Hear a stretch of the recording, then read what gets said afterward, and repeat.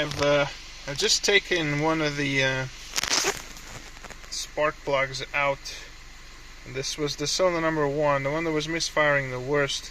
So I took this Bosch plug out, and I have a used NGK plug like the factory one, but like I said, it's not new, it's just a used plug I put in there. And I want to do the same test. I'm going to put it in drive, put my foot on the brake, and give it some throttle while I'm looking at these numbers.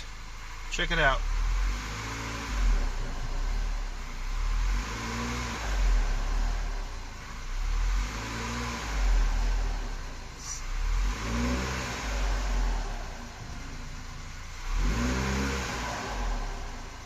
You notice how it's not moving anymore? So it's not misfiring, even with the old NGK spark plug. Again, these things are just junk. They're garbage. They should not be in this car.